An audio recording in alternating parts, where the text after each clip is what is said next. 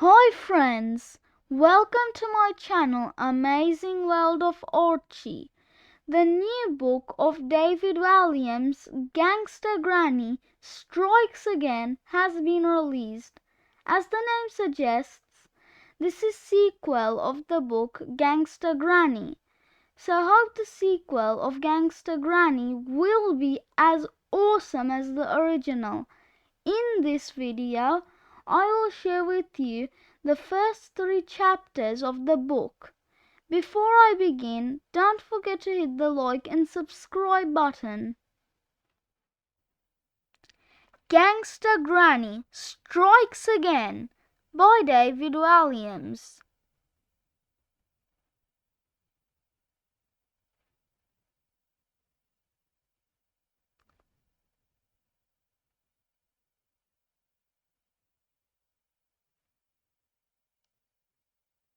Meet the characters in the story. Ben. Our hero is an ordinary 12-year-old boy who has had the most extraordinary adventure.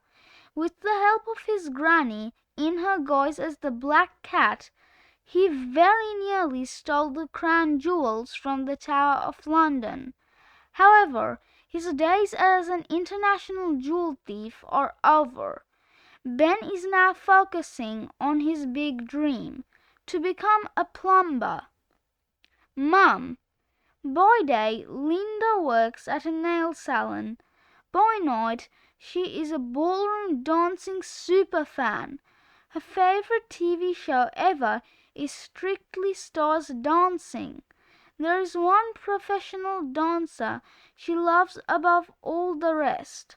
Her name is Flavio Flavolli, and the family home has become a shrine to him. Linda is desperate for her only child Ben to forget his plumbing dream and become a ballroom champion, just like Flavio. Dad. Dad works as a security guard at the local supermarket. Pete is not a fast runner.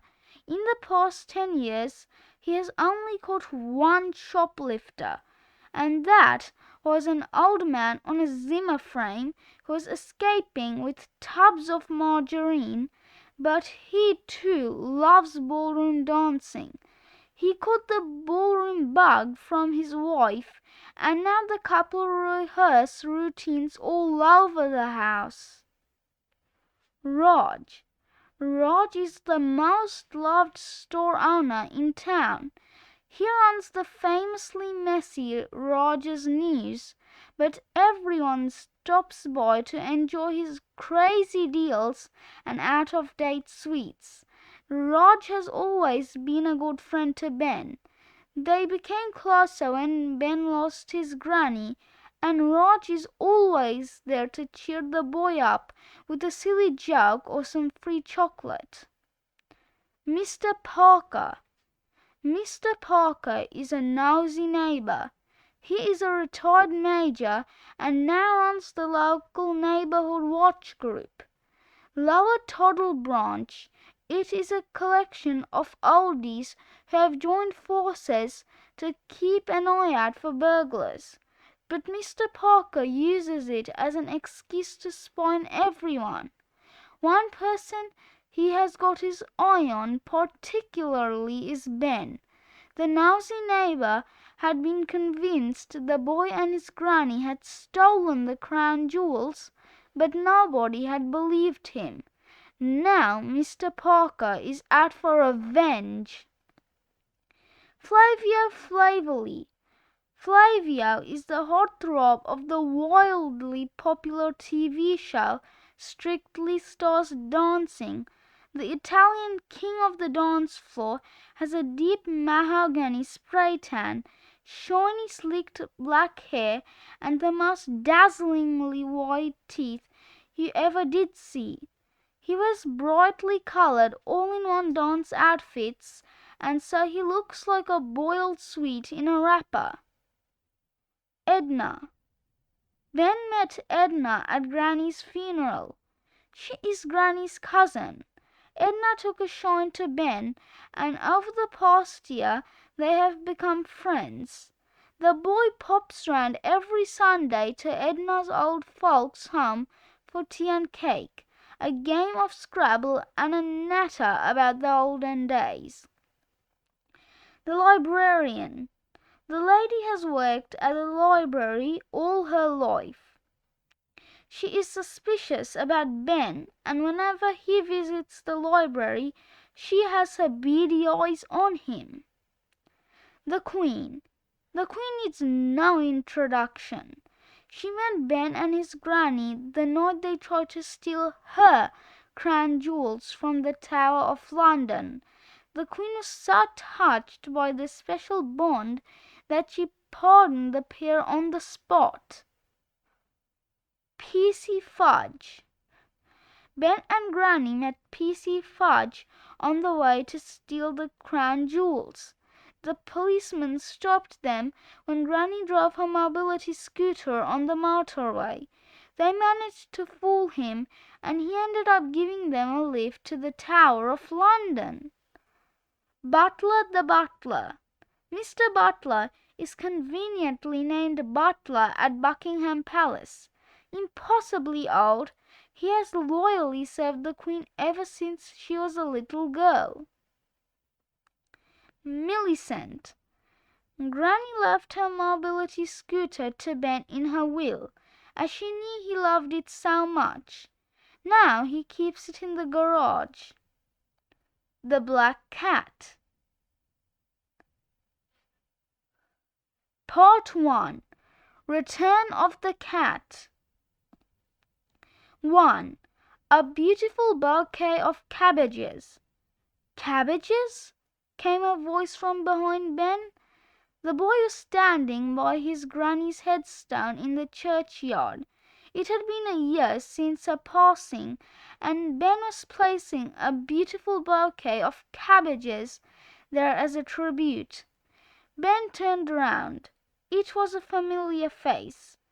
Edna, a cousin of Granny's. He'd met her at the funeral last Christmas time, and they had struck up something of a friendship. Now once a week Ben popped round to her old folks' home to have a chat, often about Granny, and to help with any plumbing problems, which made him super popular with everyone there. Thick glasses that make her eyes go all googly, mop of grey hair, kindly face. Hearing aid that whistles so loudly it makes everyone around her become deaf. False teeth, pink cardigan, used tissue tucked up sleeve. Floral print dress, bag of boiled sweets in handbag. Odor of lavender foot cream. Tan tights. Shopper even when not going shopping. Sensible shoes. Edna was your textbook old lady. Oh, hello, Edna, replied Ben. What are you doing here? The old lady was holding a single red rose and wearing a sad smile. Oh, you see, dear, I come here once a week to lay a rose on my late husband's resting place. Why do you have a bouquet of cabbages? For Granny. She loved them so much. Edna looked wistful. Oh yes, I do remember the sound they made whenever she came over for tea. Cabbages don't talk. No, I mean the sound of your Granny's bottom whipsies after she'd eaten one. Like, a duck quacking, exclaimed Ben. I couldn't have put it better, dear. Quack, quack, quack, he mimicked, trundling along the path, letting out a little quack with each step. The pair burst out laughing. Ha ha! A tear traced a path down his cheek. Ben wasn't sure if it was a happy tear or a sad tear. Most likely it was a bit of both. Granny's passing had hit Ben the hardest. Despite the age gap, They're closer than anyone in the family. When she died, Ben felt as if the world would stop turning, but it didn't. It carried on as normal. Ben had everyday things to do, like brush his teeth, go to school, take a bath, do his homework, and read Plumbing Weekly. But he always felt the loss. With Granny gone, it was as if a part of him were missing. "I don't know why I'm crying," he said, sniffing. Edna pulled a used tissue from her sleeve and dabbed Ben's face with it. "Because you loved her. Feeling sad is the price you pay for love. And, oh, goodness me, he was the apple of her eye. She adored you, Ben. Never stopped talking about you." The boy gazed up to the sky. "Is Granny looking down on us now?"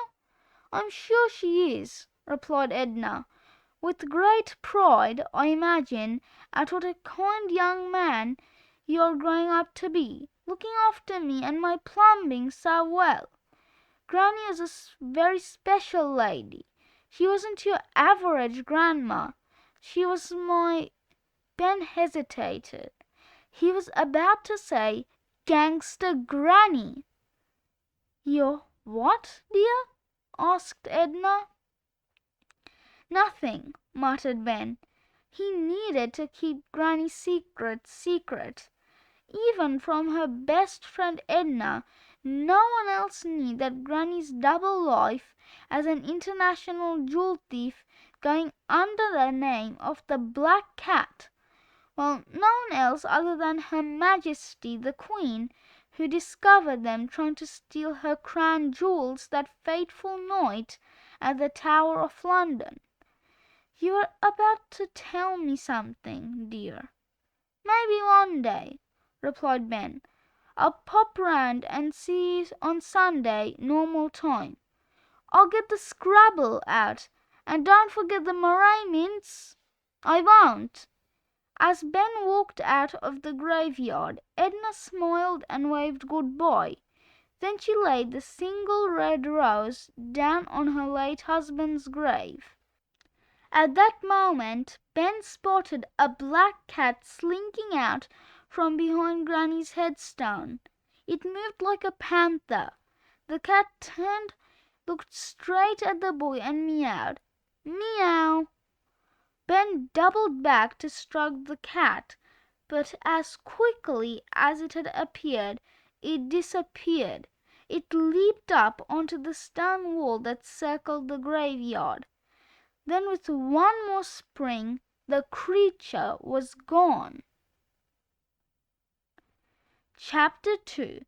Clever Clog. Ding! The bell on the door rang as Ben waltzed into the newsagent's shop. "Ah, Ben, my favorite customer," announced the jolly man behind the counter. Roger's like a giant jelly baby, forever smiling and with a light dusting of sugar. "Hi, Rog," replied Ben. "Have you got the new Plumbing Weekly?" "Never mind about you, Bens, and cisterns and stopcocks," he exclaimed. "Have you not seen the news?" "What news?" "The news. "What news? "The news. "What news? "The mask of Tutankhamun has been—" Rog left a dramatic pause. "Stolen!" It was all there on the front page of the newspaper. The Daily News. "The biggest heist in history. The death mask of King Tutankhamun has been stolen. Recently restored, it was on loan from the Museum of Egyptian Antiquities in Cairo and had been put on display in the British Museum in London. Last night the death mask went missing in what is believed to be the greatest theft the world has ever known. That is because the mask is absolutely priceless. It dates back more than 3,000 years to when it was placed in the tomb of the ancient Egyptian boy king Tutankhamun. The large and heavy gold mask is adorned with precious stones. It was made for the pharaoh to take with him to the afterlife when he died at the age of just 18. The death mask is one of the most famous objects in the world and as such is impossible to value. "That mask must be worth millions!" exclaimed Ben. "Billions! Trillions! Squillions!" "Are squillions a real amount?" asked Ben. "I'm not sure, but gazillions are." Ding! went the bell on the door again. Immediately the pair looked over and saw that the door was open, but there was no one there. "Who was that?" hissed Ben. "No one," replied Raj. "It can't have been no one. I didn't see anyone come in or out. Who was it then?" "A free gust of wind," said Raj, walking over to the door and closing it. Meanwhile Ben scanned the aisles of the shop, but he couldn't spot anyone. He lowered his voice. "So who stole Tutankhamun's mask?" "No one knows, but the thief was so daring that they even left behind a clue." "What kind of clue?" "According to the radio, the thief spelled out clean Scrabble letters at the scene of the crime." The boy's eyes widened. Scrabble had always been his grandma's favorite game. "What did the Scrabble letters say?" "Meow." "Meow?" "Meow, like cats go. Meow." Ben was stunned into silence. It sounded awfully like it was a clue to the identity of the thief. "Are you all right, Ben?" asked Raj. "I'm fine," he lied. "You look faint." Raj began running around his shop. "Here, have a sniff on an extra strong mint. That will bring you round." The man all but inserted the packet up the boy's nose, and Ben took a long, minty snort. "It's impossible," muttered Ben. "What's impossible?" "It can't be true." "It's true. Look, it's all over the TV as well." With that, Raj thumped the little black and white television he kept on a shelf behind the counter. A news flash flickered into view. And the newsreader announced, "We bring you some breaking news. There has been a dramatic development. The mask of Tutankhamun is—" "Oh my word! They must have found it!" exclaimed Raj. "Still missing." "I don't know why they bother," muttered Raj, turning off the television. Ben was lost in thought. The theft of a priceless artifact from a heavily guarded museum had the paw prints of the black cat all over it. Who else other than a legendary international jewel thief could pull off such a daring heist? The Scrabble letters even spelled out meow. That was not a clue. It was a taunt that was telling the police, "You can't catch me." But, and it was a big but, the thief couldn't be his Gangsta Granny. She had been gone for a year. This was a giant puzzle Ben desperately wanted to solve. "Ben, do you remember a year ago there were all those priceless jewels left outside that charity shop?" asked Raj. "In the biscuit tin? Of course I remember," replied the boy. "They were the jewels he'd found one night in Granny's kitchen, a discovery that had kick-started the whole adventure." Granny had sworn that they were all worthless costume jewels, that she hadn't been the black cat after all. But it had been a double bluff. The jewels turned out to be worth millions. All the money went to help old people. Granny really had been a proper gangster. There were rumors flying around town that the jewels must have come from the hole of a world-famous thief, said Raj, a thief who no one knew the name of. Not that famous, then. All right, clever clog. It's clogs. Now a special office for you. The theft of King Tutankhamun's mask can't have been the work of the same thief, though. And how do you know that?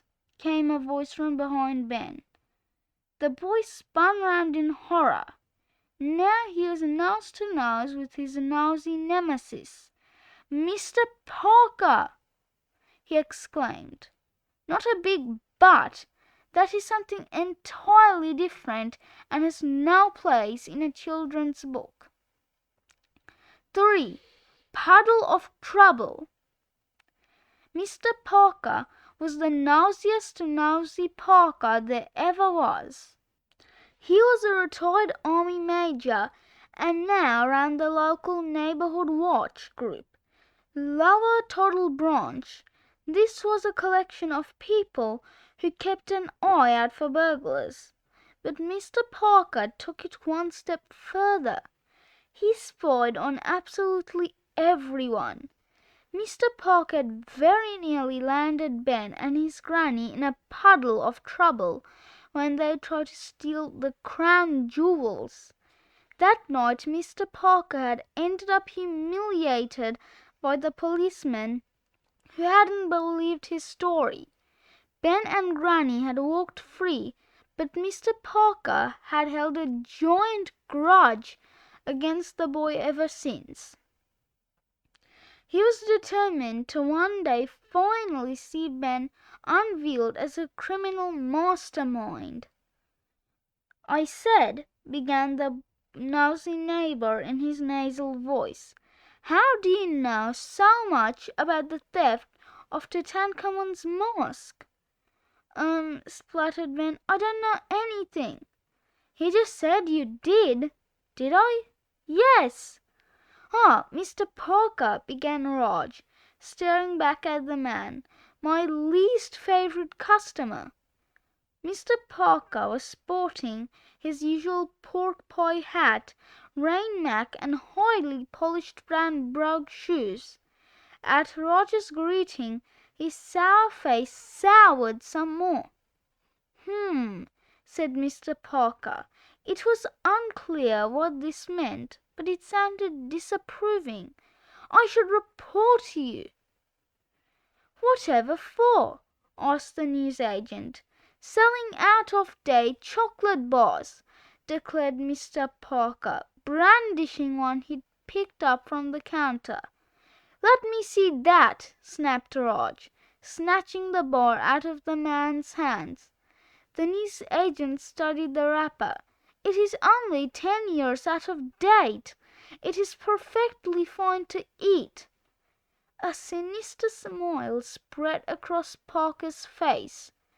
"Well, you eat it then, Mr. Raj." "Me?" "Yes, you."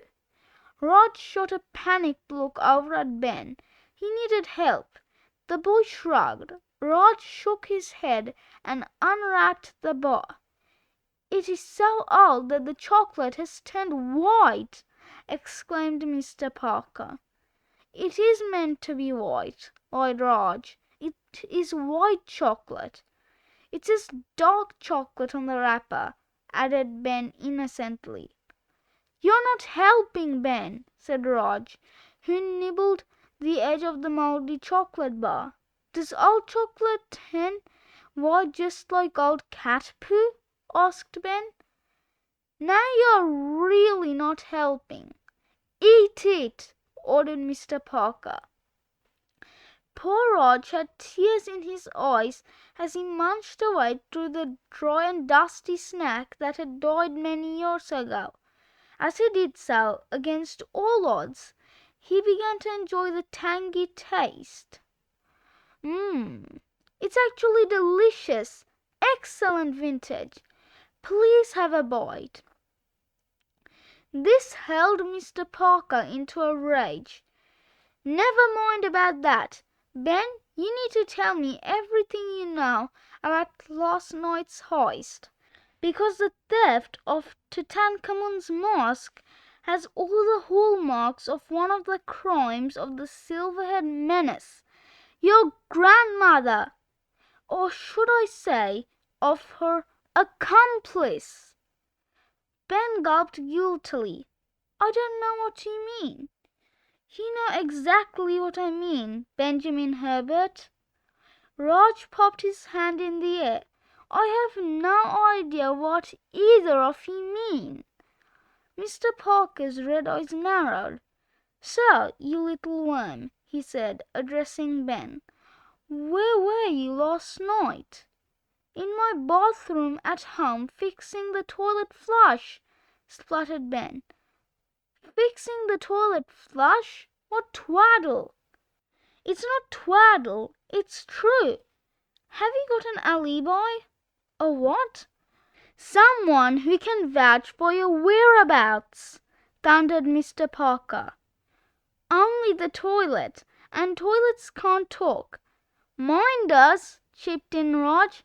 Just last night I could swear it called out in pain when I sat on it. A daring robbery in the dead of night by a figure dressed only in black, continued Mr. Parker, pointing at a picture from the grainy security footage at the museum, which was on the front page of the newspapers. I don't wear black, protested Ben. You and your grandmother were wearing all black the night I apprehended you. Apart from that one night, I don't. Mr. Parker looked Ben up and down. Right now, you have black socks on. One of them is navy. You might be wearing black undercrackers. My undercrackers are brown, actually, replied Ben. Very wise, muttered Raj. I do the same in case of a boomtastic bottom banger. Never mind about bottom bangers. Let me tell you this, young man, said Mr. Parker, leaning in so he could stare right into Ben's eyes. I have my eye on you. Not breaking his gaze, he began stalking away theatrically. Because he wasn't looking where he was going, Mr. Parker backed straight into a carousel of cards. Doink! He slipped over. Sloosh! The greetings cards fluttered into the air like butterflies. Whoomph! Landing on top of him in a shower. Ouch! My bottom! cried Mr. Parker from the floor. A get-well-soon card landed on his face. Looks like I won't need to send you a card, joked Ben. The greetings cards are on special offer, added Raj. 137 cards for the price of 136. Help me up, you fools, thundered Mr. Parker. Ben and Raj hoisted the man up by his armpits. Oof! exclaimed Mr. Parker as he landed back on his feet. Now unhand me, you brutes! Ben and Raj shared a confused look. They had no idea why they were now brutes, but they let go of Mr. Parker. You lied your way out of it last time. This time you won't be so lucky, he said as he swept out of the shop. Ding! As Raj righted the carousel, Ben began stuffing the cards back on the shelves. What was all that about? asked Raj.